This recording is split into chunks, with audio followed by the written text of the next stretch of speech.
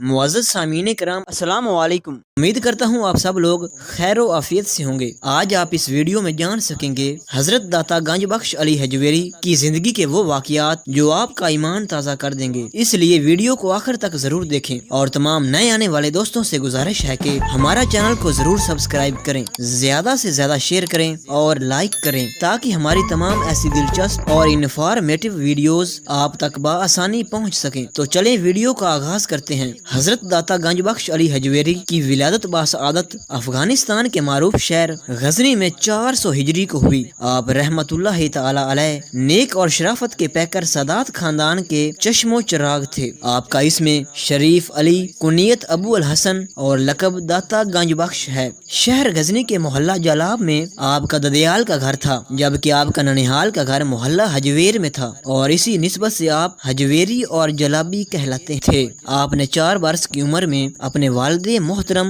حضرت عثمان بن علی سے قرآن پاک کی تعلیم حاصل کی۔ آپ رحمت اللہ تعالی علیہ غیر معمولی ذہانت کے مالک تھے اور تھوڑے ہی عرصے میں قرآن مجید پڑھنے کی سعادت حاصل کر لی تھی۔ اس کے بعد آپ نے عربی اور فارسی اور دیگر علوم کے حصول کے لیے سفر کی صعوبتیں نہایت خندہ پیشانی سے برداشت کی اور شام، عراق، بغداد شریف، مدائن، فارس، کوہستان، آذربائیجان، تربستان، خوزستان اور خراسان وغیرہ کے مشہور، جید اور معتبر علماء اور فضلاء سے شرف تعلیم حاصل کیا۔ تاریخ میں بہت سے اساتذہ اکرام کے اسماء گرامی ملتے ہیں جن سے آپ نے اکتساب فیض کیا، لیکن شیخ ابو قاسم گرگانی کا شمار آپ رحمت اللہ تعالی علیہ کے استادوں میں سب سے پہلے نمبر پر ہوتا ہے، جن سے آپ نے درسی علوم حاصل کرتے ہوئے سب سے زیادہ استفادہ کیا۔ آپ خود کشف الاسرار میں شیخ ابو القاسم گرگانی کا اپنا علم دین کا استاد لکھتے ہوئے فرماتے ہیں کہ میرے علم دین کے استاد فرمایا کرتے تھے، فکر میں رضا جوئی مرشد سے بڑھ کر اور کوئی چیز نہیں ہے، بس فقیر کو چاہیے ہے کہ مرشد ہی کی حضوری رکھے، یعنی تصور میں ہر وقت اپنے مرشد کو اپنے پاس ہی سمجھے۔ آگے مرشد کی تعریف کے ضمن میں بتایا کہ اسے کس قسم کا ہونا چاہیے، ایسا نہ ہو کہ مرشد خود بھی ڈوبا ہوا ہو اور مرید کو بھی ساتھ لے ڈوبے۔ حضرت داتا گنج بخش علی حجویری نے سلسلہ جنیدیہ میں حضرت شیخ ابو الفضل ختلی کے دست شفقت پر بیعت فرمائی، جو اپنے زمانے کے جلیل القدر قرآن و حدیث کے اعلیٰ پائے کے عالم، زاہد و تقوی، متقی و پرہیزگار اور کشف و کرامات میں اپنی مثال آپ بزرگ تھے۔ حضرت داتا گنج بخش علی حجویری اپنی شاہراہ آفاق تصریف کشف المحجوب، جس کے بارے میں حضرت بابا فرید الدین گنج شکر کے خاص منظور نظر اور سلسلہ چشتیہ کے عظیم بزرگ حضرت خواجہ نظام الدین اولیاء فرماتے ہیں کہ جس کا کوئی مرشد نہ ہو، اسے اس کتاب یعنی کشف المحجوب کے مطالعہ کی برکت سے مرشد مل جائے گا۔ ایک مرتبہ آپ اپنے مرشد حضرت شیخ ابو الفضل ختلی رحمت اللہ تعالی علیہ کو وضو کرا رہے تھے۔ آپ فرماتے ہیں کہ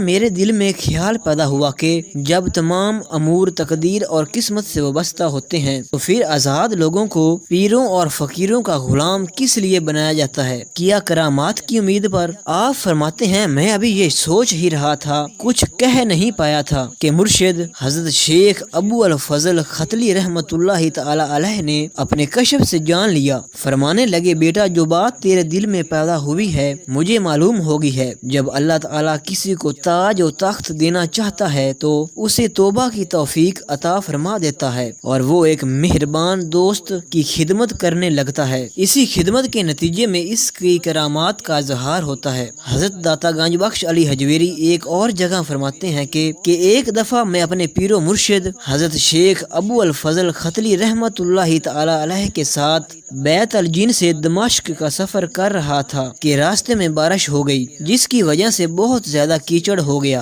اور ہم بہت ہی مشکل سے چل رہے تھے کہ اچانک میری نظر پیر و مرشد پر پڑی تو کیا دیکھتا ہوں کہ ان کا زیب تن کیا ہوا لباس بھی بالکل خشک ہے اور پاؤں مبارک پر بھی کیچڑ کا کوئی نشان نظر نہ آیا۔ مجھے بڑی حیرت ہوئی، دریافت کیا تو آپ نے ارشاد فرمایا کہ ہاں، جب سے میں نے پروردگار عالم پر توکل کرتے ہوئے ہر قسم کے وہم و شبہ کو خود سے دور کر دیا ہے اور دل کو حرص و لالچ کی دیوانگی سے محفوظ کر لیا ہے، تب سے اللہ رب العزت کی ذات مقدس نے میرے پاؤں کو کیچڑ سے محفوظ رکھا ہے۔ اس طرح ایک اور مقام پر حضرت داتا گنج بخش علی حجویری اپنے پیر و مرشد کا تذکرہ یوں فرماتے ہیں کہ جب میرے پیر و مرشد حضرت شیخ ابو الفضل ختلی کا وصال ہوا تو ان کا سر مبارک میری گود میں تھا اور میں سخت مضطرب اور خاصا پریشان تھا۔ آپ رحمت اللہ تعالی علیہ نے میری حالت کو دیکھا تو فرمانے لگے کہ میں تمہیں عقیدے کا ایک مسئلہ بتاتا ہوں، اگر تم سمجھ گئے اور اس پر عمل کیا تو ہر قسم کے دکھ اور رنج اور تکلیف سے بچ جاؤ گے۔ آپ رحمت اللہ تعالی علیہ نے فرمایا، یاد رکھو کہ اللہ تعالی کی پاک ذات کے ہر کام میں حکمت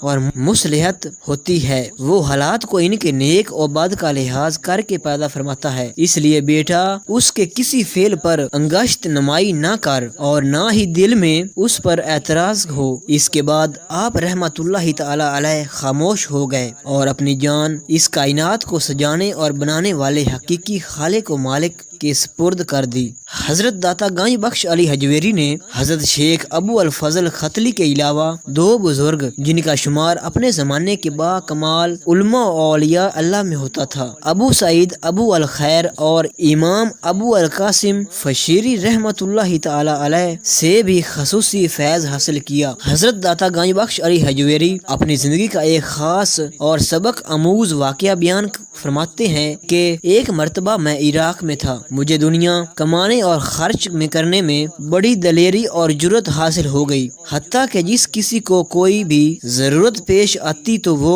میرے پاس چلا آتا اور میں اس کی ضرورت پوری کر دیتا، کیونکہ میں چاہتا تھا کہ کوئی بھی شخص میرے ہاں سے خالی ہاتھ واپس نہ جائے۔ اس کا نتیجہ یہ نکلا کہ میری اپنی کمائی اس غرض سے کم پڑنے لگی اور دوسروں کی ضروریات پوری کرنے کی غرض سے مجھے قرض لینا پڑتا۔ یوں میں چند ہی دنوں میں خاصا مقروض ہو گیا اور سخت پریشانی کا شکار ہو گیا۔ اس دور کے ایک بزرگ نے میرے احوال کو دیکھتے ہوئے مجھے نصیحت فرمائی کہ دیکھو یہ تو ہوائے نفس ہے، اس قسم کے کاموں میں پڑھ کر کہیں خدا سے دور نہ ہو جانا، جو ضرورت مند ہے اس کی حاجت تم ضرور پوری کرو، مگر پروردگار عالم کی ساری مخلوق کے کفیل بننے کی کوشش نہ کرو، کیونکہ انسانوں کی کفالت کا فریضہ خود رب قدوس نے انجام دینا ہے۔ مجھے اس بزرگ کی نصیحت سے اطمینان قلب حاصل ہوا۔ آپ رحمت اللہ تعالی علیہ کی ازدواجی زندگی کے بارے میں تاریخ کے اوراق صرف اتنا ہی بتاتے ہیں کہ آپ رحمت اللہ تعالی علیہ رشتہ ازدواج میں منسلک ہوئے تھے، مگر تھوڑے ہی عرصہ کے بعد بیوی سے علیحدگی ہو گئی اور پھر تا حیات دوسری شادی نہ کی۔ روایت میں ہے کہ 432 ہجری میں مرشد کریم حضرت شیخ ابو الفضل ختلی نے حضرت داتا گنج بخش علی حجویری کو حکم فرمایا کہ علی تم لاہور روانہ ہو جاؤ، وہاں تمہاری شدید ضرورت ہے، سرزمین ہند تمہارا انتظار کر رہی ہے اور تمہارے فیض کا سلسلہ لاہور ہی جاری ہوگا۔ آپ رحمت اللہ تعالی علیہ نے ایک لمحے کے توقف کے بعد مؤدبانہ انداز سے عرض کیا کہ حضور وہاں تو ہمارے پیر بھائی اور آپ کے مرید کامل حضرت میرا حسین زنجانی موجود ہیں، ان کے ہوتے ہوئے میری وہاں کیا ضرورت ہو سکتی ہے۔ شیخ ابو الفضل ختلی قدرے مسکرائے اور فرمایا کہ یہ تمہارے سوچنے کا کام نہیں، بس تم فوراً روانہ ہو جاؤ اور دین اسلام کی ترویج و اشاعت کا کام کرو۔ آپ نے اپنے پیر و مرشد کے حکم کی تعمیل کرتے ہوئے اپنے وطن غزنی کو خیر آباد کہا اور دین اسلام کی تبلیغ کا بے مثل شوق لیے کئی مہینوں کے دشوار گزار کٹھن سفر کے بعد لاہور پہنچے۔ شہر کے داخلی دروازے تک پہنچتے پہنچتے شام ہو گئی۔ شہر کی حفاظت کے پیش نظر داخلی دروازے شام کو بند کر دیے جاتے تھے، اس لیے آپ کو اپنے دیگر ساتھیوں اور مسافروں کے ہمراہ رات بیرون شہر ہی بسر کرنی پڑی۔ جب صبح ہوئی تو شہر کی جانب روانہ ہوئے ابھی چند ہی قدم چلے تھے کہ سامنے سے ایک بہت بڑا ہجوم آتا ہوا نظر آ رہا تھا۔ قریب آئے تو معلوم ہوا کہ یہ ایک جنازہ ہے۔ غزنی سے آئے مسافروں نے دریافت کیا تو پتہ چلا کہ یہ حضرت شیخ میرا حسین زنجانی کا جنازہ ہے۔ یہ سن کر آپ دم بخود ہو گئے اور بے اختیار آپ رحمت رحمۃ اللہ تعالی علیہ کی زبان مبارک سے نکلا کہ اللہ شیخ کو جزائے خیر دے، وہ واقعی روشن ضمیر تھے۔ جب جنازے کے شرکا نے آپ کا یہ عجیب فکرہ سنا تو استفسار کیا۔ آپ رحمۃ اللہ تعالی علیہ نے انہیں پورا واقعہ سنا دیا کہ آپ حضرت شیخ حسین زنجانی کے پیر بھائی ہیں، تو انہوں نے جنازہ پڑھانے کا اصرار کیا، اور یوں آپ نے پہلے جنازہ پڑھایا اور پھر تدفین کے عمل سے فارغ ہو کر شہر کی جانب روانہ ہوئے، اور پھر لاہور میں مستقل سکونت اختیار فرمائی۔ یہاں مسلمانوں کو استحکام حاصل کیے کچھ ہی عرصہ ہوا تھا،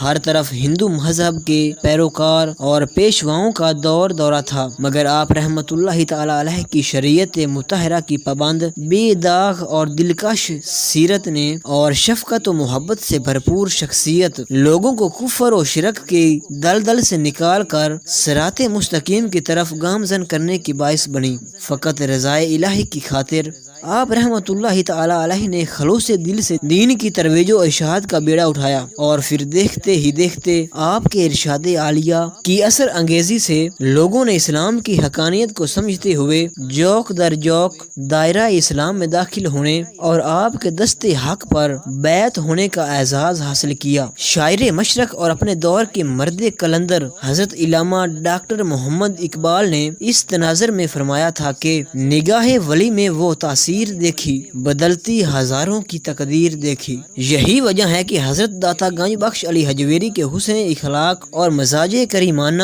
اور نگاہ فیض کے باعث جو خوش قسمت لوگ آپ کے دست حق پرست پر مشرف با اسلام ہوئے، وہ نہ صرف خود تا دم واپسی دامن مصطفیٰ تھامتے ہوئے شجر اسلام سے وابستہ اور اس پر قائم رہے، بلکہ ان کی نسلیں بھی تقریباً 950 سال گزرنے کے باوجود اسلام پر قائم مدائم ہیں۔ ایسا کیوں نہ ہوتا کہ آپ ایک ایسے مرد کامل، صوفی، درویش اور بزرگ تھے جن کے پاس نہ تو کوئی خزانہ تھا، نہ سپاہ، نہ دنیاوی وسائل، اور نہ ہی جاہ و حشمت کہ جس سے لوگ مرغوب ہو کر آپ کے پاس آتے۔ بس آپ اپنے مصلی پر بیٹھے ہوئے ہم وقت اپنے حقیقی خالق و مالک کی یاد میں مصروف رہتے تھے، اور رعایا کاری سے پاک اخلاص کے ساتھ کی جانے والی عبادت اور ریاضت کی وجہ سے رب قدوس کے انوار و تجلیات کے نزول کے باعث اللہ رب العزت نے آپ کو وہ شان عطا فرمائی کہ لوگ آپ رحمت اللہ تعالی علیہ کے پاس کھچے کھچے آتے، اور آپ کے نورانیت سے بھرپور چہرہ انور کو دیکھ کر ایمان کی دولت سے مالا مال ہو جاتے تھے۔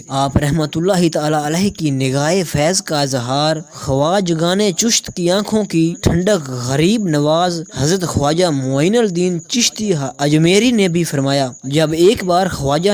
غریب نواز لاہور تشریف لائے اور حضرت داتا گنج بخش علی حجویری کے مزار اقدس پر حاضری دی اور ایک حجرہ میں 40 دن کا چلہ کاٹا اور عبادت اور ریاضت میں مصروف رہے، اس دوران حضرت داتا صاحب نے جو فیض و برکات کی بارش آپ پر کی، اس کا اندازہ خواجہ غریب نواز ہی لگا سکتے ہیں۔ جب خواجہ معین الدین چشتی اجمیری چلہ سے فارغ ہو کر رخصت ہونے لگے تو بے ساختہ خواجہ غریب نواز کی زبان مبارک پر داتا علی حجویری کے لیے بطور خاص یہ شعر جاری ہوا کہ گنج بخش فیض عالم مظہر نور خدا، نہ کسارا پیر کامل کاملا نہ رہنما۔ اس مرد خدا کی زبان مبارک سے نکلا ہوا یہ شعر اس قدر زبان زد خاص و عام ہوا کہ جس کی گونج 4 سو پھیل گئی، اور لوگ آپ رحمت اللہ تعالی علیہ کے آستانہ سے فیض پانے لگے۔